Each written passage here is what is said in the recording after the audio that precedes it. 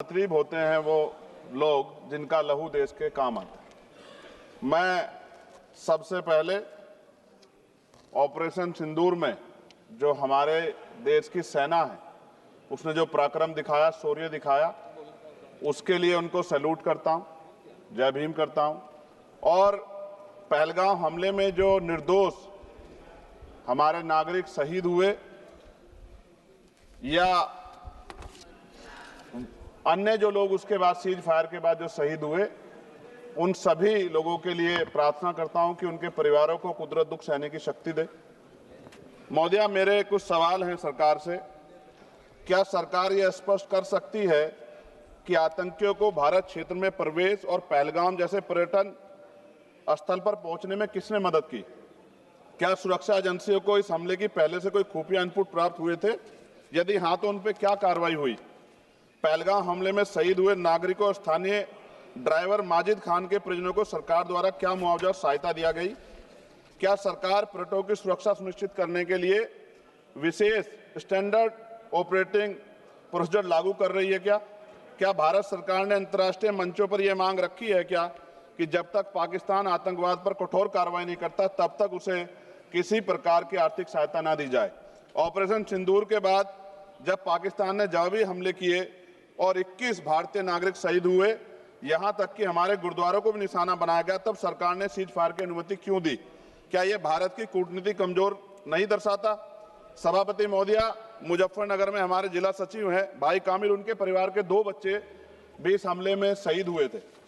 क्या सरकार ये मानती है कि टीआरएफ द्वारा इस हमले में खासतौर पर हिंदू पर्यटकों को निशाना बनाना भारत में सांप्रदायिक द्वेष को बढ़ावा देने का प्रयास था? यदि हां, तो इसे रोकने हेतु सरकार ने क्या रणनीति बनाई?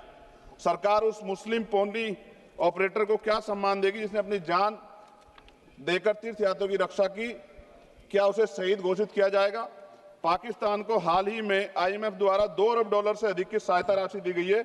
क्या भारत ने औपचारिक रूप से आईएमएफ और अन्य वैश्विक संस्थाओं के समक्ष आपत्ति दर्ज कराई है? क्या सरकार ने जांचा है कि आईएमएफ या अन्य विदेशी मदद का कोई हिस्सा आतंकवादी गतिविधियों में उपयोग तो नहीं हो रहा है?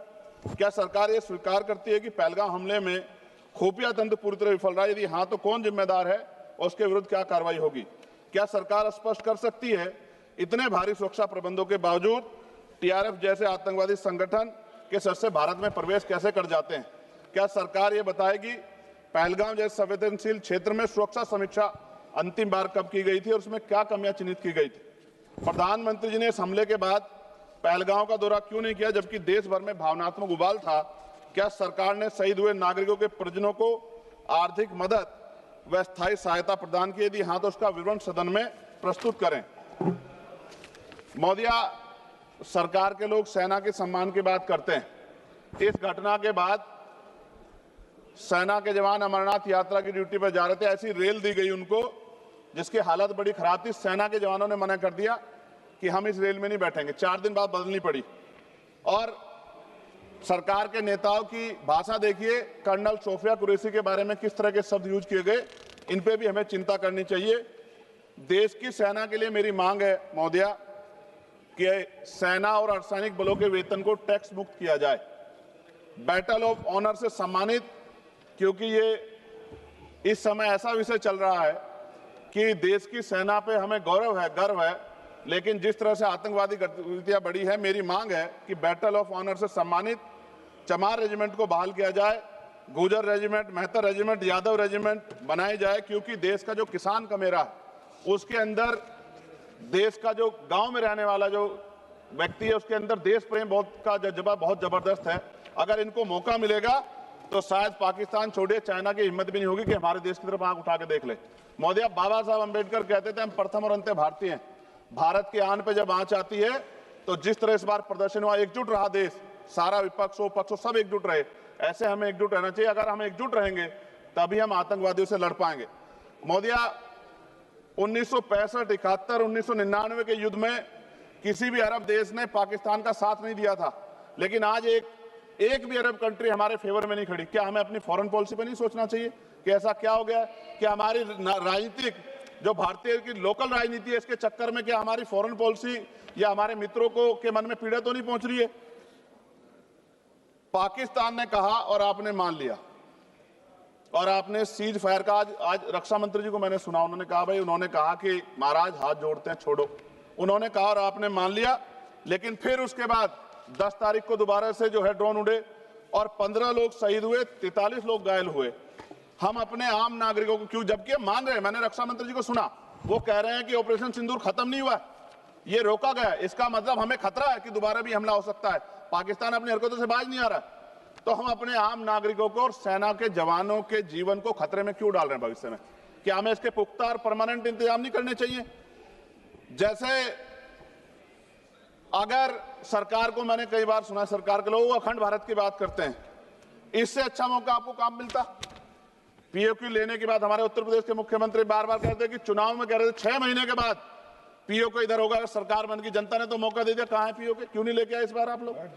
तो पहली सीढ़ी तो इस बार ही चढ़ गए थे, जिस तरह से मीडिया ने माहौल बनाया था मोदिया, तो ऐसा लगा कि अगर देश की सेना ने जो हिम्मत जुटाई थी, सरकार मदद करती, तो माननीय नरेंद्र मोदी जी पाकिस्तान के भी प्राइम मिनिस्टर होते इस बार, इसी बार, और फाइनेंस मिनिस्टर बैठी है हमारी, ये पाकिस्तान की फाइनेंस मिनिस्टर होती। इस तरह के हालात बने हुए थे और ऐसा मौका चूकना ही नहीं चाहिए था।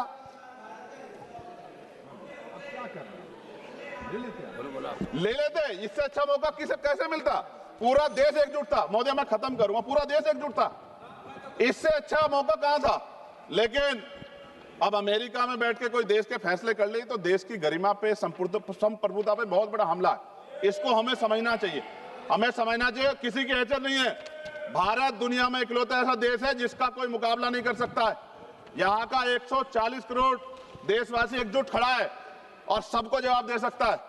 मोदी, आज खत्म करते हुए कहूंगा, अमरनाथ की यात्रा आ रही है अगस्त के फर्स्ट वीक में, चल भी रही है, नहीं चल रही। अनुराग भाई, आपको बोलने का मौका नहीं दिया, आप ये नाराजगी मेरे ऊपर मत उतारो, आप लड़ो ना उनसे, आप लड़ो चेयर से, मुझे काहे को करना। खत्म हो रही है अमरनाथ की यात्रा, खत्म होने वाले, सुरक्षा के पुख्ता इंतजाम होने चाहिए और दोबारा ऐसी कोई घटना ना हो। लेकिन अंत में महोदय मैं कहूंगा, आम लोगों की जान भी गई, क्या सरकार ने उन परिवारों को मुआवजा दिया है?